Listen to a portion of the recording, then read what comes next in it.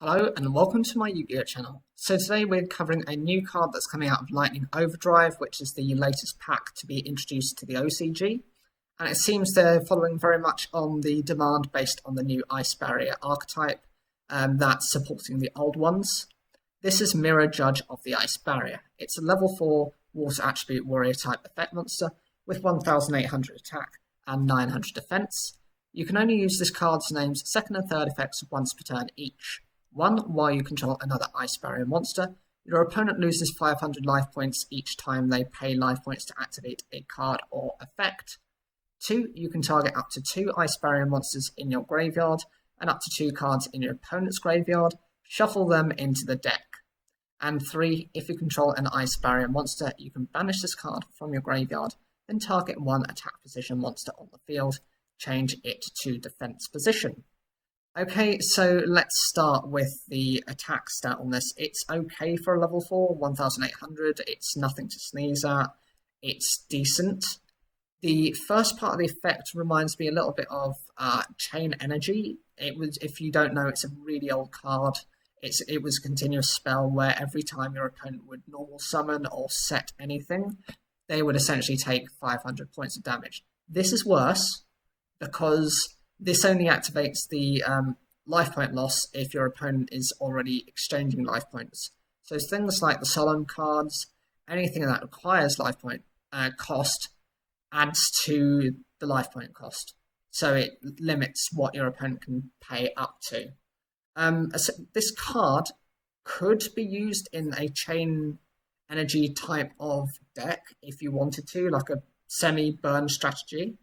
But that's depending on the line, how it is planning to go, because as it is, Ice Barriers are a bit hit and miss. Their effects are all over the place. Some of them work really well, some of them synergize, some of them are just completely off the wall and you don't know how to use them.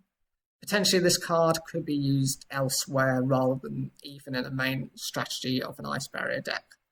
The second effect, to be able to shuffle cards your Ice Barriers back, really, it's not much an effect. It's actually the second part of that second effect that's better, because not only are you recovering your Ice Barriers, you're actually taking 2 cards that your opponent might have deliberately sent to their graveyard to trigger effects and pushing them back into the deck. It's always more difficult to access effects from the deck or to some of those monsters from the deck than it is to get them from the graveyard or the hand. And also, sometimes it clogs up the deck if they draw into them at points where they don't need them. This is always a way of making things a lot more difficult. And the final effect, of course, I don't have much of an opinion on this.